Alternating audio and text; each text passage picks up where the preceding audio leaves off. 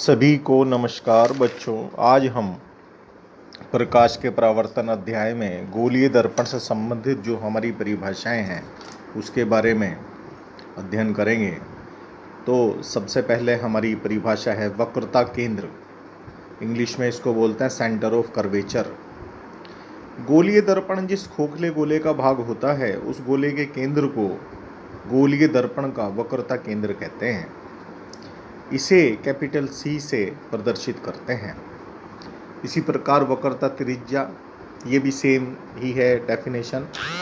गोलीय दर्पण जिस खोखले गोले से बना है उस गोले की त्रिज्या को गोलीय दर्पण की वक्रता त्रिज्या कहते हैं।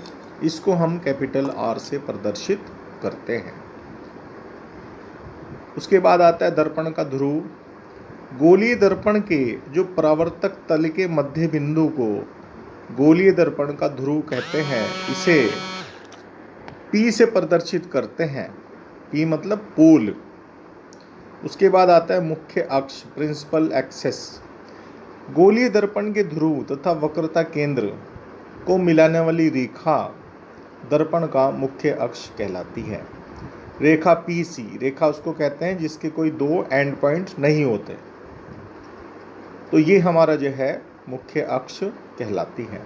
उसके बाद में आता है मुख्य फोकस। इसकी क्या परिभाषा है? गोलीय दर्पण के मुख्य अक्ष के समांतर आने वाली प्रकाश की किरणें दर्पण से परावर्तन के पश्चात जिस बिंदु पर वास्तव में मिलती हैं, अवतल दर्पण में तो वास्तव में मिलेंगी या मिलती हुई प्रतीत होती हैं, जैसे उत्तल दर्पण में, या किसी बिंदु से आती हुई प्रतीत होती हैं, तो उस बिंदु को दर्पण का मुख्य फोकस कहते हैं। इसे हम कैपिटल F से प्रदर्शित करते हैं। तो बच्चों ये हमारी कुछ परिभाषाएं थी। एक परिभाषा और इसमें है, वो चाहे तो आप लिख सकते हैं। मैं बोल रहा हूँ फोकस दूरी, फोकल लेंथ। फोकल लेंथ क्या है? गोलीय दर्पण के ध्रुव P तथा मुख्य फोकस F, कैपिटल F के बीच की जो डिस्टेंस है, दूरी है, उसको हम गोलीय दर्पण की फोकस दूरी कहते हैं। इसे हम स्मॉल f से रिप्रेजेंट करते हैं। यहाँ पे ये ध्यान देने वाली बात है बच्चों कि जो अवतल दर्पण है उसकी जो फोकस दूरी है वह ऋणात्मक होती है, नेगेटिव होती है, और जो उत्तल दर्पण की फोकस दूरी है वह धनात्मक होती है, पॉजिटिव होती है। ये भी मैं आपको समझा दूंगा कि इसका क्या कारण है, तो अगली वीडियो में बता दूंगा। उसके बाद में आता है कि गोलीय दर्पण की फोकस दूरी और वक्रता त्रिज्या में क्या संबंध है। तो बच्चों जो गोलीय दर्पण की फोकस दूरी है वह वक्रता त्रिज्या की आधी होती है। जैसे मान लो को गोलीय दर्पण है, उसकी फोकस दूरी आपको 12 सेंटीमीटर दी हुई है, तो उसकी जो वक्रता त्रिज्या है वह कितनी हो जाएगी? 24 सेंटीमीटर हो जाएगी। तो इसका फार्मूला है F = R/2।